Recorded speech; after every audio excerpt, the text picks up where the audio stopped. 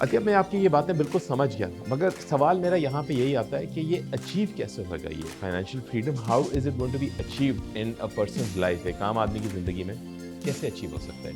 So I'll give you a very simple formula, right? And this is a formula that I've followed for a very long time. This is something known as the 20, 30, 50 rule. Okay so you seeing 20 30 50 rule, correct? اب یہ I'll break this down for you. فرض کیجئے کہ آپ کی مہینے کی تنخواہ 100 روپے ہے، ٹھیک ہے، اور وہ 100 روپے آپ کی جیب میں آتے ہیں کٹ کے ٹیکس کے بعد، یعنی کہ تنخواہ تھوڑی زیادہ ہے، اس سے گورنمنٹ تنخواہ 120 روپے، 20 روپے کٹ گئے ٹیکسز، کریکٹ؟ تو اس 100 روپے کو rather than spending that whole 100 rupees all at once، آپ سوچئے کہ یار اس میں سے میری ضروریات کے لیے مجھے کتنا پیسہ چاہیے، اور وہ کوشش ہی کیجئے کہ وہ 50 روپے سے زیادہ نہ ہو۔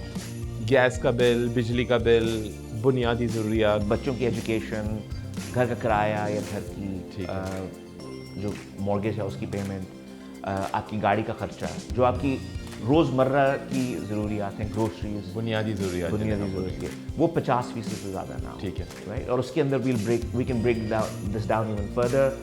That's a very boring conversation, but I'll give you an overview. ٹھیک ہے، تو اب آپ نے بولا ہے 100 روپے میں سے 50 روپے میں رکھوں تو بنیادی ضروریات کے لیے، بچوں کی فیس، گھر کا کرایہ، بجلی کا بل، پیٹرول، گیس، اس طرح کے بلوں کے لیے۔ سوال یہ آتا ہے کہ وہ جو باقی 20% اور 30% ہے اس کا کیا ہوئے گا؟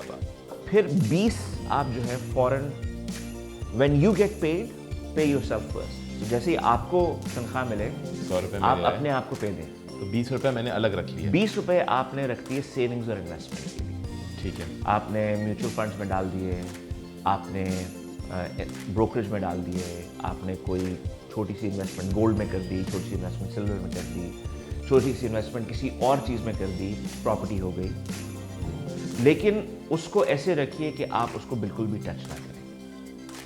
اگر آپ کی عمر 20 سال ہے تو آپ زیادہ رسک لے سکتے ہیں، آپ زیادہ رسکی انویسٹمنٹس میں جا سکتے ہیں۔ اگر آپ کی عمر 30 سال ہے تو وہ رسک تھوڑا آپ کو کم کرنا چاہیے، جب 40 سال ہے تو رسک اور زیادہ کم کرنا چاہیے، 50 سال کی عمر تک آپ کا رسک جو ہے وہ منیمل ہونا چاہیے، تاکہ اگلے 10 سال جو آپ کے کام کرنے کے ہیں اس کے اندر آپ اپنی سیونگز کو داؤ پہ نہیں لگا رہے۔ And 20% adds up, right? اگر آپ فرض کیجئے کہ آپ کی ڈیزائر ہے کہ آپ you want to be a millionaire in dollar terms by the time you are 65۔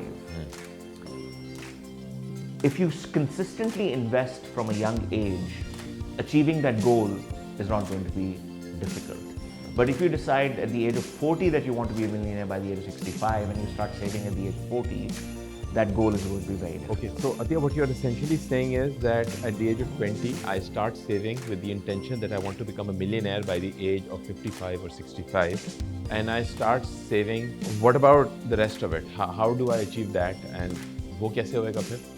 باقی 30% آپ اپنی وانٹس کی طرف رکھیے، you know you want to buy a phone, you want to go for vacation, آپ اپنی گاڑی اپ گریڈ کرنا چاہتے ہیں، اپنا موٹر سائیکل اپ گریڈ کرنا چاہتے ہیں، وہ پیسے آپ اپنی سیونگ سے مت نکالیے۔ تو وہ 20 روپے سے نہیں میں نکالوں، وہ 20 روپے علیحدہ رکھیے، وہ 20 روپے آپ کا رینی ڈے فنڈ ہے، ٹھیک ہے؟ دیٹ مینس کہ آپ جب بھی مشکل میں ہوں گے، جب ایسی مشکل ہوگی کہ آپ کو اس مشکل سے نکلنے کے لیے ڈھیر سارے پیسوں کی ضرورت ہے، وہ تبھی ہو سکتا ہے جب آپ کے پاس سیونگز ہوں گی۔ اگر سیونگز نہیں ہوں گی تو آپ قرضہ لیں گے، بالکل۔ جب قرضہ لیں گے تو آپ اس قرضے کو واپس کرنے کسی اور سے قرضہ لیں گے۔ اچھا، so you talk about like the cycle of debt, جس میں آپ پھر پھنس جاتے ہیں اور you get stuck in that cycle. یہ ہم انڈیویجول لیول پہ بھی دیکھتے ہیں، ٹھیک ہے، اور یہ ہم نیشنل لیول پہ بھی دیکھتے ہیں۔